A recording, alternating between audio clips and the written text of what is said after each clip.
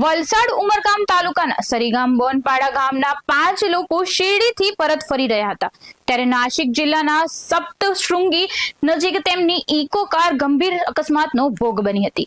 અકસ્માતમાં 4 લોકોના કરુણ મોત થયા છે જ્યારે એક વ્યક્તિ ગંભીર રીતે ઈજાગ્રસ્ત થતા હોસ્પિટલમાં સારવાર હેઠળ છે। ઘટનાના સમાચાર મળતા જ સરીગામ બોનપાડા સહિત સમગ્ર વિસ્તારમાં શોકનું મોજું ફરી વળ્યું છે। પોલીસે અકસ્માતનું કારણ જાણવા વધુ તપાસ શરૂ કરી છે।